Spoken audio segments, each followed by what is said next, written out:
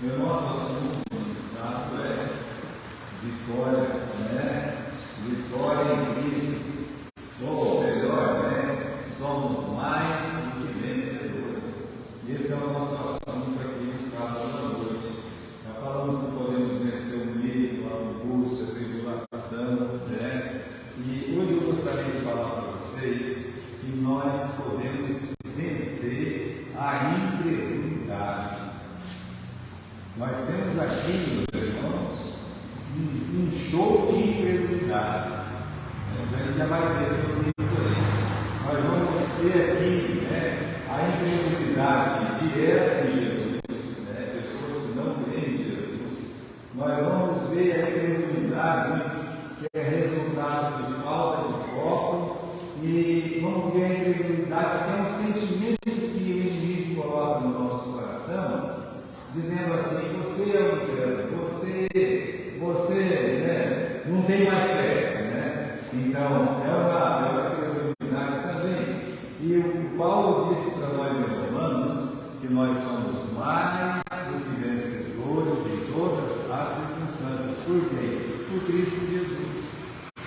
Então, quando a gente começa a ler essa história, até não faz tanto tempo assim que nós estudamos já no livro de Lucas, porque Jesus estava lá na montanha, né, no monte da transfiguração, e houve, meus irmãos, aquele momento que Jesus ele se transformou em luz ali no monte da transfiguração. Por isso que fala transfiguração, é porque ele reduziu por inteiro. E aí os apóstolos, né, só estavam 3 lá em cima, o Pedro, o Tiago, o João, eles se espantaram com tudo ali, e até o Pedro falou assim: o Elias está aqui, né, vamos fazer uma cabana para ele, para Moisés, né? E aí Jesus, né, veio a voz do céu atrás e disse: olha, meu filho amado é esse aqui, ó, né? Esse é meu filho amado que me dá alegria, mostrando que se tiver Jesus, se tiver Elias, se tiver Moisés, tanto Moisés quanto Elias, quando nós temos que adorar quem? O nosso Senhor Jesus. Bom, mas Jesus desceu do monte, e quando ele desceu do monte, ele encontrou um emaranhado de incredulidade. Saiu daquele momento maravilhoso lá, e quando ele desceu, olha o versículo 14. Vamos dar uma olhadinha no versículo 14 aqui. Veja só o que está acontecendo.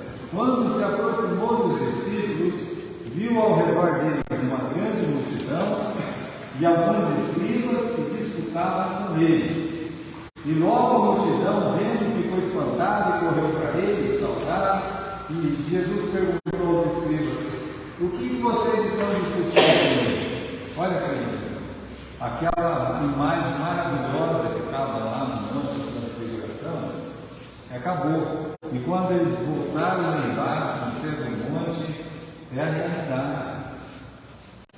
Saiu daquele sonho, saiu daquele momento que todos nós temos chegado, ver Deus, ver Jesus, né, face a face, e aí veio para esse mundo. Esse mundo é o mundo que eu vivo, que você vive, que todos nós vivemos.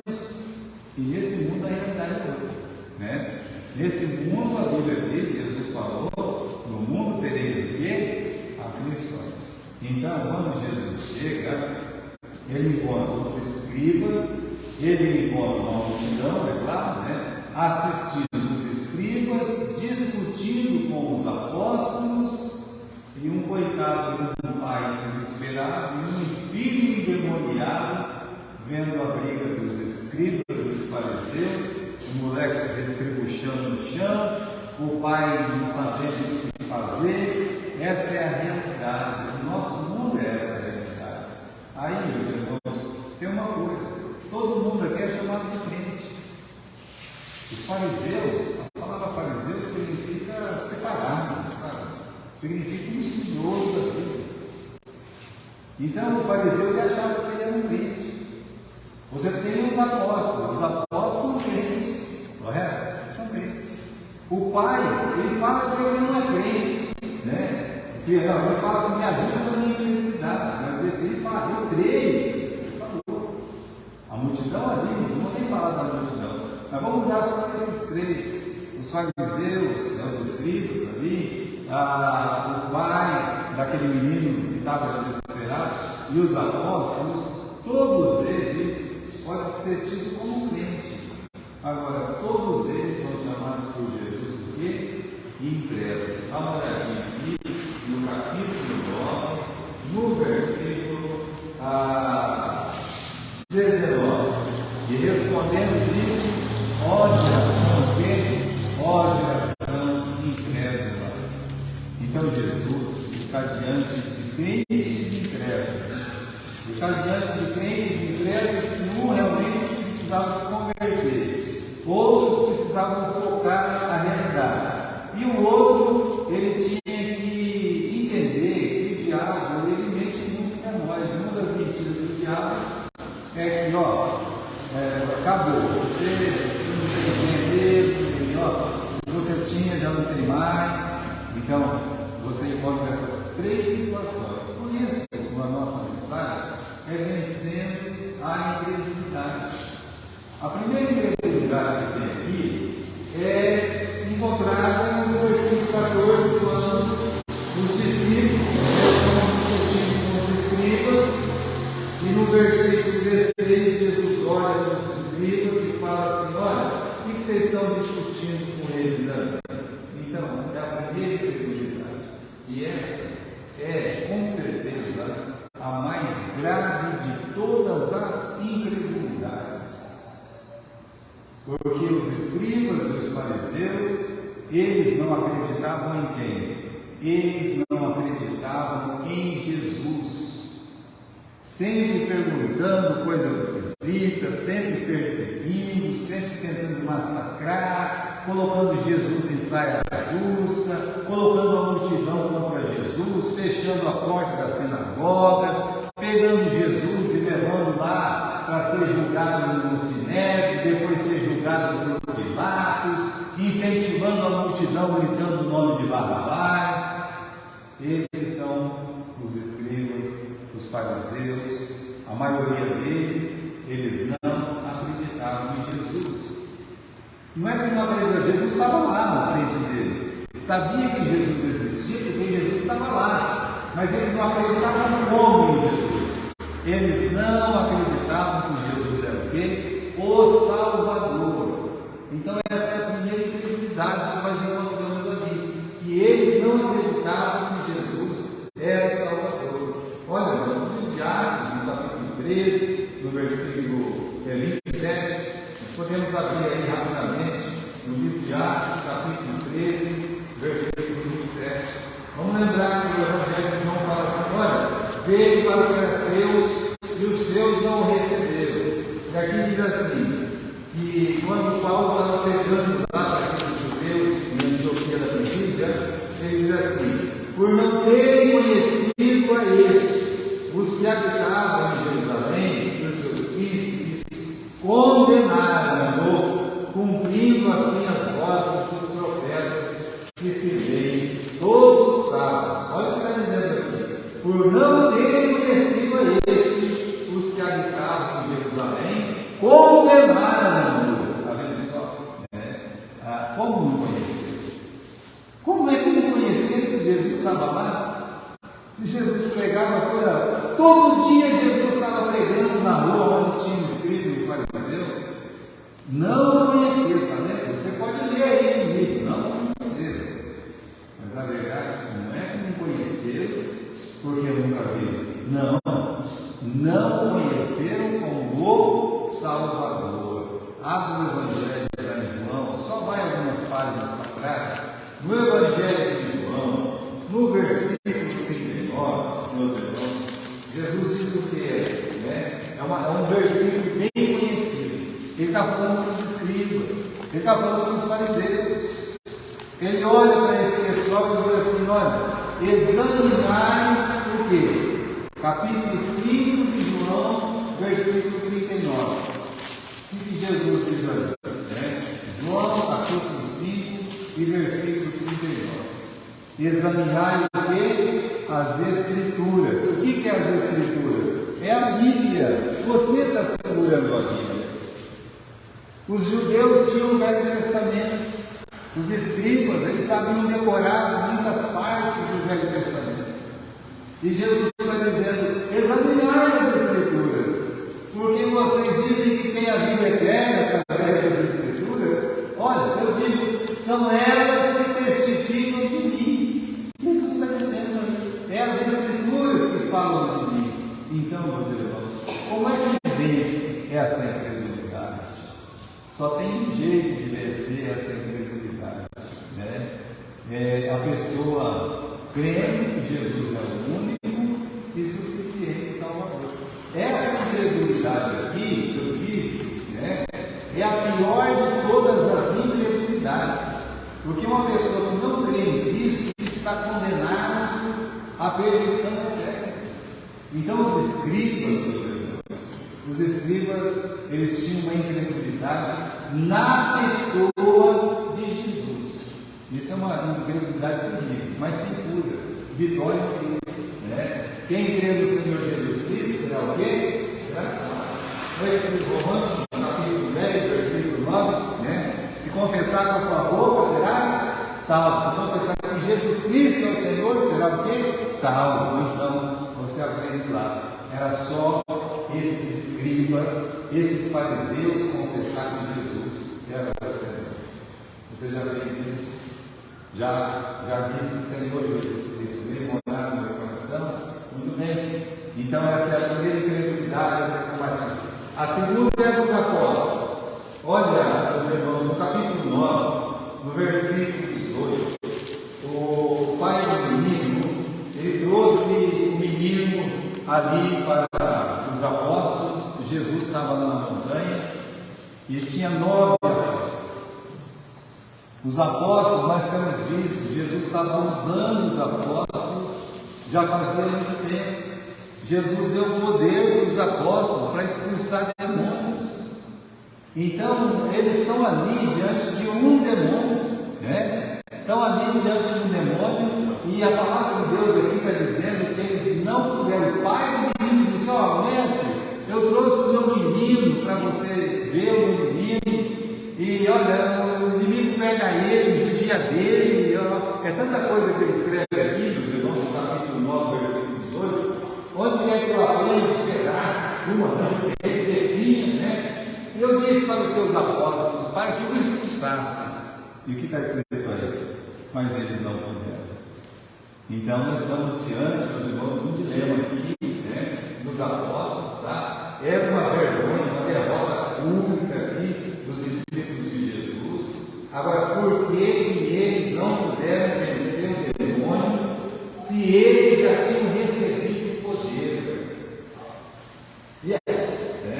Isso agrava a situação, né? Então, meus irmãos, veja que às vezes as circunstâncias, elas são tão adversas para o cristão, para o crente. Ele às vezes está no meio de um problema tão grande que ele realmente é subjugado.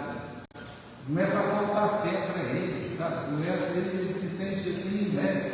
Vencido por aquele problema. Por quê? Porque a gente deixa de olhar para quem? A gente deixa de olhar para Jesus. Eu acho que a passagem mais conhecida sobre esse negócio de olhar para Jesus, porque Paulo disse, né? Olhando para Jesus, autor e consumador da nossa fé. A passagem mais clara para o que estava acontecendo para os apóstolos é aquela que Pedro, Jesus aparece, ele acalma ao mar, e aí então, meus irmãos, o Pedro olha para Jesus e fala assim: Senhor, eu quero andar no mar também, eu quero ir contigo, né? O Pedro era contigo, né? Aí então Jesus disse: pode ir, né? Aí o Pedro, todo alegre, já começou a andar sobre as águas. Eu digo para você que só Pedro e Jesus andou sobre as águas, né? O Moisés, Deus teve que abrir o mar para ele andar, né? Mas o Pedro lá, ele estava andando mesmo, ele estava pá. Aí a Bíblia diz que ele parou de olhar para Jesus e começou a olhar para os lados. E o que aconteceu naquele momento? Ele afundou. Então, vamos pensar no que está acontecendo aqui na nossa história, desse tipo de incredulidade que os apóstolos estão revelando aqui, né? Veja só, né? Veja como a gente às vezes perde o foco, né? Tem que focar, tá? Como é que os apóstolos resposta era olhar para quem? Para Jesus. Então vamos perguntar assim: o que estava acontecendo quando Jesus chegou lá embaixo? Vamos pensar. Jesus estava lá em cima, não estava, né? Lá embaixo o negócio estava pegando, o demônio estava judiando o menino, o pai estava desesperado. O que é que Jesus falou que estava acontecendo lá embaixo? Vamos dar uma olhadinha no capítulo 9 e no versículo 16. O que está acontecendo ali? O que está acontecendo entre os apóstolos e os fariseus, os escribas? O que está acontecendo? Uma discussão. Você consegue ler isso aí? É isso que está aí acontecendo. Uma briga, uma confusão. Sabe quando nós perdemos o foco facilmente por causa de briga aí? Discussão, confusão. Então o crente, ele se permite isso. Olha que coisa mais bizonha, né? Que coisa horrível, né? Enquanto os apóstolos estavam discutindo com os escribas, você não tem poder, mas você não tem poder. Ninguém conseguiu expulsar o menino. O demônio do menino. Enquanto isso, o que estava acontecendo com o menino? Estava sendo julgado pelo diabo, pelo demônio. Enquanto as pessoas ficam brigando, quem é que está deitando e rolando? Satanás, o inimigo. Isso serve para a igreja, isso serve para a família, não é verdade?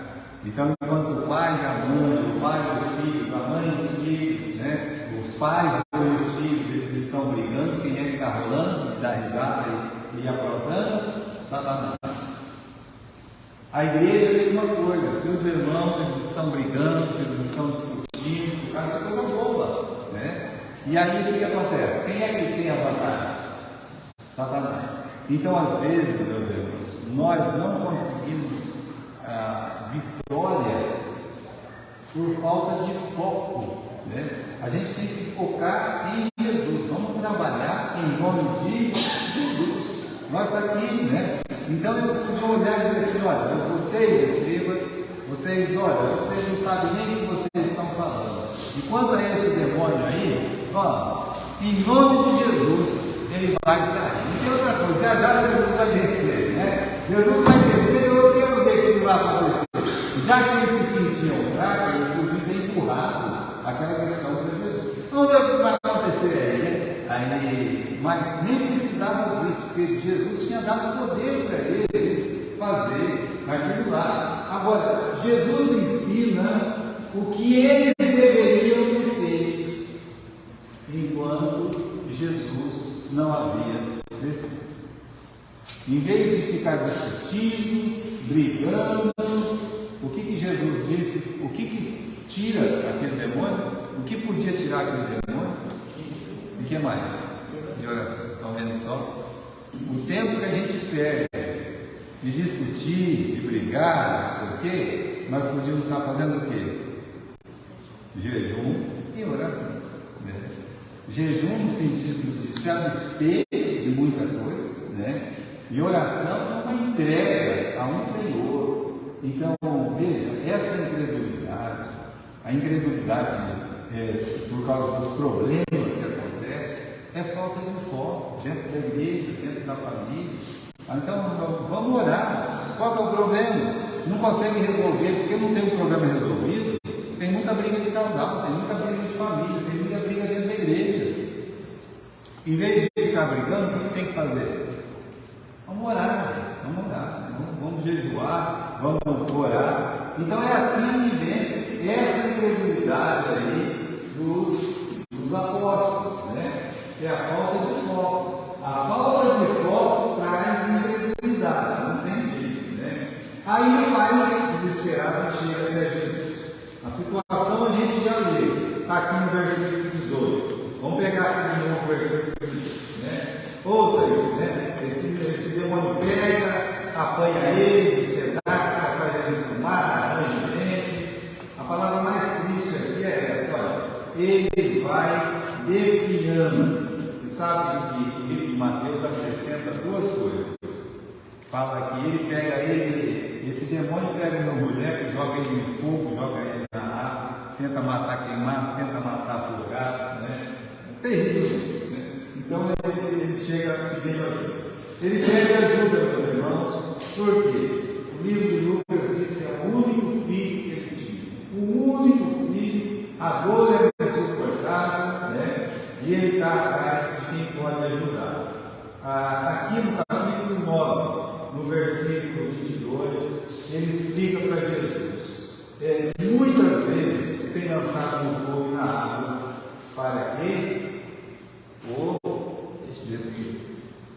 Isso nos lembra o que Jesus disse sobre o diabo no capítulo 9, 10 de João. Ele vem para matar, ele vem para roubar e ele vem para destruir. Aí o pai olha e fala assim: olha, ele está destruindo. Não é só aquele filho que está destruindo, o pai também. Aí ele diz assim: se tu podes fazer alguma coisa, tem compaixão de nós e faz o quê? E nos ajuda. Meus irmãos, isso é um clamor do pai. O pai está falando: Senhor, se o Senhor pode fazer alguma coisa, o Senhor pode, né? Então, por favor, tenha misericórdia e faz o quê? O Senhor pode nos ajudar. E ele coloca sempre no plural. Por que ele coloca no plural? Porque quando você ajuda o pai, você está ajudando quem? O filho. E quando você ajuda o filho, você está ajudando quem? Está ajudando o pai. Vamos dizer que um dia você tem uma vaga de emprego lá, você sabe que aquele pai está desesperado, que o filho dele está desempregado. Aí você vai lá, conversa, olha, né? Dá uma vaga lá, o pai incentiva o filho, vai, assume aquela vaga. Você ajudou o filho ou ajudou o pai? Não ajudou os dois? O pai vai ficar até mais feliz do que o filho, né? Então, ele põe tudo no plural, nos ajuda, assim, nos ajuda. É um clamor verdadeiro, é um clamor que vem de dentro do coração, é um clamor sincero mesmo, e ele vai correndo atrás de uma ajuda de quem pode ajudar. Meus irmãos, eu falei para vocês daquela falsa sensação que a gente não tem mais fé. Olha só, Jesus olhou como resposta, o que Jesus disse para ele no versículo seguinte? Olha lá no versículo 23. O que Jesus disse? Se tu podes crer, tudo é possível ao que crer. Essa é a resposta dele. Você pode crer? Você crê no Pai, né? Você crê, Pai? Então tudo é possível ao que crê. Tudo é o quê? Tudo é até vencer aquele demônio, aquele inimigo, né? Ele estava derrotando ele desde a sua meninice, como o próprio Pai, ele afirma. E aí então, meus irmãos, o Pai é ajudado. Ele não sabe se ele é crente ou se ele é um descrente. Olha a resposta lá no versículo 24. E logo o pai do menino começou a chorar, ou melhor, clamando em lágrimas, disse o quê? Eu creio. Senhor, ajuda a minha incredulidade. Na verdade, ele está dizendo assim: eu creio, Senhor, mas eu estou muito fraco. Entendeu? Isso é que ele está dizendo. Eu estou me sentindo muito fraco. Então, meus irmãos, Jesus, ele tem como nos ajudar nessa fraqueza que às vezes vem e que parece que realmente é uma incredulidade. Mas, deixa eu dizer, é uma mentira do diabo. Porque você crê em Deus, você crê no Senhor Jesus Cristo. E o diabo vai diante dos problemas, principalmente problemas de família, problemas de igreja, ele vai dizer isso aí, né? Você está vendo só, né? Olha lá, né? Não adianta lutar mais por isso, desista! É assim o diabo, né? O diabo é mentiroso. O que Jesus disse que ele disse? Disse que ele é o pai da mentira. Não vamos permitir que ele diga para nós. Ele vai dizer: desista! Olha o que está dizendo aí, eu creio, mas ajuda a minha incredulidade, porque o diabo está colocando na minha cabeça que eu devo desistir, eu não posso desistir. Então ele diz primeiro, qual que é a primeira palavra que ele diz? Ele diz o quê? Eu creio. Então, quantas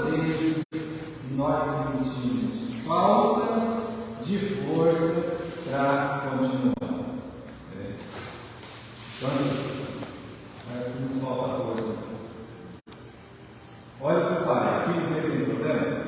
Tem problema. Desde quando? Versículo 21. Quem pode responder para mim? Desde quando? Da tua infância?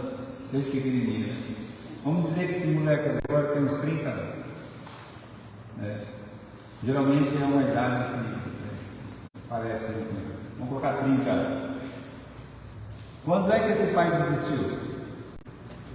Quando? Nunca! Né? Nunca! Então a gente tem que começar a parar e pensar que esse pai, ele nunca foi vencido totalmente pelo inimigo. Entende? Ele nunca desistiu, ele está lá. Foi para um, foi para outro, foi para o médico, foi para não sei o que, foi para papai, daqui a pouco ele foi lá para os escritos, não deu certo, foi para os apóstolos, não deu certo. Para onde ele chegou agora? Ele chegou aonde ele está em que é Deus, nosso Senhor Jesus Cristo.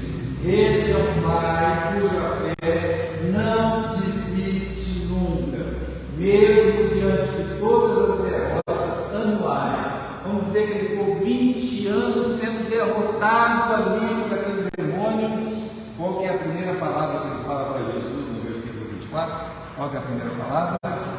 Eu creio, Senhor, mas me ajuda a minha incredulidade. Me ajuda porque eu estou fraco. Então, quantas vezes nós nos sentimos sem força para continuar? Então, esse Pai, ele deve ser apreciado por nós. Ele continua a crer no Senhor, ele continua mais do que crer no Senhor, ele está ali de joelho, né, diante do Senhor Jesus Cristo. Então, mais do que isso ainda, né, ele está esperando um milagre de Deus. Ele nunca deixou de acreditar.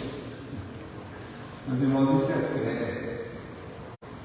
Fé não é você crer a princípio e esquecer. Fé é quando você crê e você continua crendo apesar dos anos e apesar de toda a diversidade, como aconteceu com Abraão. Levou 25 anos para Deus cumprir a promessa. Aliás, a promessa que Deus falou para Abraão, que ele ia ser pai de uma grande nação, demorou 400 anos. E ele morreu sem ver. Mas Deus é Deus de promessa, de cumprir promessa. Por isso, esse pai, ele está à espera de milagre, e enquanto um filho viver e um pai orar, existe esperança para esse filho. Esse filho está lá, né? Então confie em Deus e confie no seu poder, quando tudo estiver dando errado. Quando todas as coisas estiverem assim em conta, quando o inimigo estiver mentindo na nossa cabeça, dizendo desista, você não tem mais força mesmo, é melhor você desistir, né? Então, como esse pai, nós também podemos ter dias como ele teve o mês do ano, como ele teve, mas então confie em Deus. Quando você se sentir fraco, você deve fazer o quê? Confie em Deus. Ah, eu não aguento mais, eu acho que eu não vou suportar mais. É mentira do diabo. O que esse pai falou no versículo 24? Eu creio. Era isso que Jesus queria dizer. Ele disse assim: tu podes crer, tudo é possível ao que você crê. É claro que ele crê, senão ele não estava lá, né? Senão ele não estava ali, ele estava ali. Apenas confie em Deus e no seu poder, né? Meus irmãos, é em Cristo. Agora, eu gostaria de ver com vocês aquele trecho de Romanos capítulo 10. Vamos lá, Romanos capítulo 10, vamos lá, né? Não é capítulo 10, é 8. Então vamos lá, capítulo 8, tá bom? Capítulo 8, versículo 37. mas, está lá no versículo 37, mas em todas estas coisas nós somos mais do que vencedores em Cristo Jesus. Tu podes crer, tudo é possível ao que crê. E o Pai chorando, sem força, ele ora e diz: eu creio, Senhor, eu creio. O poder de Jesus é maior do que o poder de qualquer demônio encapetado. Olha aí, veja lá, livro de Marcos, capítulo 9, versículo 25. E Jesus, vendo que a multidão concorria, vou te contar, as pessoas não ajudam nada. Aquela cena toda, o povo todo agitado. Quando usa essa frase, a multidão concorria, é gente atrapalhando. Você está com problema? Você acha mesmo que esse pessoal do mundo vai ajudar? Todo é o crente que vai buscar ajuda lá no mundo, nas suas tribulações. Jesus, quando ele viu ali, ele repreendeu o espírito imundo, dizendo: espírito imundo surdo, eu te ordeno, sai dele, e não entra mais nele. E ele reclamando, agitando, com violência, é teimoso, teimoso, quer se mostrar forte. Ele se estica daqui, se estrubucha dali, Olha o versículo 26, clamando, agitando com violência, saiu, e ficou o menino como morto, de tal maneira que muitos diziam que estava morto. Olha, parecia que não tinha dado certo, porque o menino parecia que tinha morrido. Aí vem aquela situação, você está lutando para vencer um problema, uma coisa. Aí a situação parece que, em vez de melhorar, parece que piora, o pai podia dizer: Senhor, se o senhor fosse matar ele, era melhor você deixar ele, O demônio pelo menos não matava, Agora se o senhor pegou ele, aí o que aconteceu? Ele morreu, Então é duro, sabe? As pessoas chegam às vezes nesse ponto aí. Então, continuando ali, meus irmãos, o demônio ele foi embora, mas ele lutou bastante para não ir, Muito. Agora, para a gente aprender o seguinte: antes da bênção, costuma ter muitas provas, Então, ele está tendo muitas provas aqui, o pai também. Veja lá no final do versículo 26, quem que estava falando que ele estava morto? Muitos. Quem que é esses muitos? É o povo fora. É a multidão, as línguas de trapo, boca de jacaré, boca de sapo, língua barulho, Então é esse povo. Aprende que essa gente não ajuda em nada, só atrapalha. Morreu! Aí o pai, coitado, desesperado já, vai fazer o quê? Aí, meus irmãos, versículo 27. Quando tudo parecia perdido, então você nunca esqueça disso. Quando Jesus coloca a mão, tudo pode parecer estar perdido, mas não está perdido, porque nós somos mais que vencedores em Cristo Jesus. Mas Jesus, tomando pela mão, o ergueu e ele se levantou. Vitória em Cristo Jesus. Somos mais que vencedores. Aquele Pai, ele foi mais que vencedor em Cristo Jesus. No versículo 31, para a gente terminar, ele ensinava os seus discípulos dizendo: o Filho do Homem será entregue nas mãos dos homens e matá-lo-ão, e o corpo dele ressuscitará no terceiro dia. Isso é Evangelho. Nós estamos falando aqui de Jesus, que tem vitória sobre a incredulidade. Ele nos ajuda a vencer a incredulidade. Agora Jesus está dando uma coisa bem difícil que os apóstolos crerem: que ele ia o quê? Morrer, ele ia o quê? Ser sepultado, ele ia o quê? Ressuscitar. Então, meus irmãos, morte, sepultamento e ressurreição. Nós, agora no próximo domingo vamos ter batismo, mas o batismo retrata essa vitória, que a pessoa encontra em Cristo. E dizer assim para o mundo: eu quero dizer para o mundo que Jesus crucificado e que Ele ressuscitou no terceiro dia. Quando você é batizado, você está mostrando essas três figuras para o mundo. Olha, eu creio que Jesus morreu, o pastor vai te jogar nada. Eu creio que Jesus ele foi sepultado. Você vai ficar lá dentro. Fica tranquilo, você não vai ficar para sempre, não. Né? Jesus não ficou lá no túmulo, né?